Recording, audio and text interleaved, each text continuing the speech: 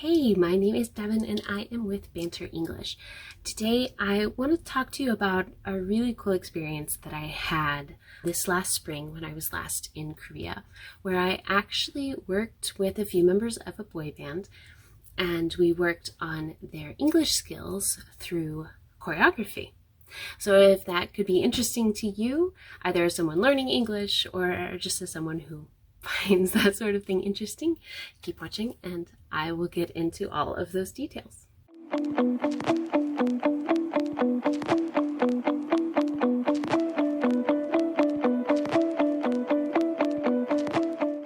So a little bit of background information first. I was contracted to work with this group through another company, so I can't actually say the name of the group yet. If I'm able to get back in touch with them, I'll be sure to ask, but just to lean on the side of privacy, I'm not going to say which group it was, but it is a currently active, debuted K-pop group. They were a lot of fun. On this particular day, only 3 of the boys were there, and I had another session where I worked with 4 of them, but this particular day, I did get to work with 3 of them.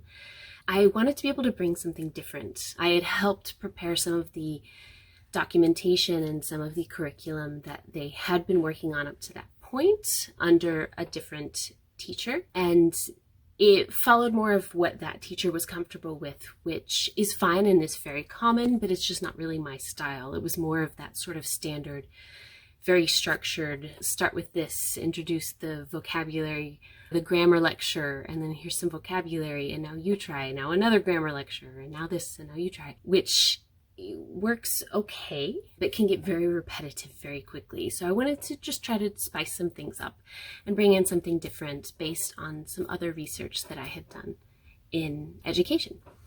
And so I had the idea of bringing in something that was going to be very relevant for them.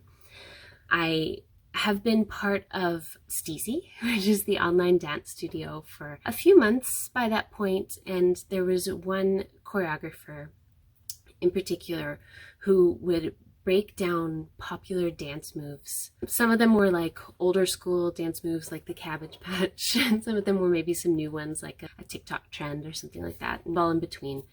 And I just really liked the way he really broke down every single move in very easy to understand words. So I thought this could be interesting because what we get to do is we get to work on some vocabulary, some grammar, but most importantly, we get to work on listening skills and having a lot of fun. So here's basically how I did it.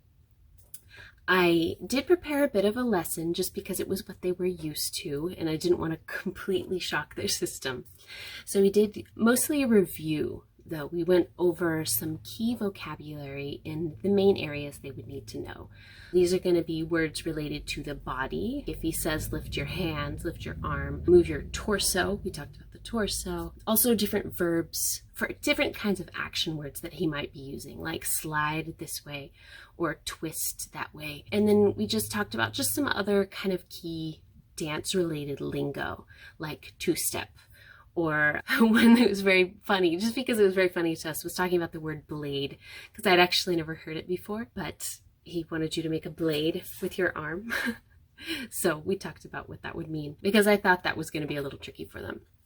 And then I showed them one example of what this would look like. It's a very short 3 to 5 minute video. They're not very long at all.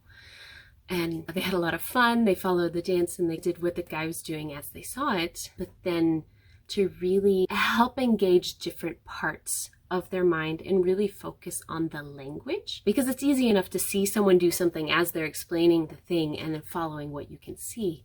I didn't want them to be relying only on what they could see. So I then turned my iPad around so that I could still see it and they had to rely on what they could hear. Now I was there to help prompt some things, so if he said twist your torso and maybe they forgot twist or they forgot torso, I could give them a second and then I would gently remind them. They ended up doing 2 dance moves and it was a lot of laughs, a lot of fun. They did really well. I did end up helping them more once they had to put it all together, but they really seemed to have a lot of fun. It was really, I think, a really good opportunity for them not only to work on these different skills and this vocabulary and this grammar, but also to show them that learning English doesn't have to be boring. It can be a lot of fun. And more to the point, there's a lot of things that they already know. I think it gave them a lot of confidence that they can go out and do these things and they can learn. And if they just have a little bit of preparation and a little bit of help, then they can actually go quite far. So I was very proud of them and really excited about this lesson. It was easily my favorite teaching story of all time. All right, so that was just a quick story. And if you like this story, if you want a couple other stories of how I worked either with this group or with other people in the entertainment industry, let me know and I'd be happy to share some more. Otherwise, I'll be getting into different kinds of tactics of why I teach this way, how I use this information, and then if you are a teacher, how you can use it, but if you're an English learner, how you can maybe adapt some of these things to help your self-study and teaching yourself. All right, I hope you have a great day and I will see you.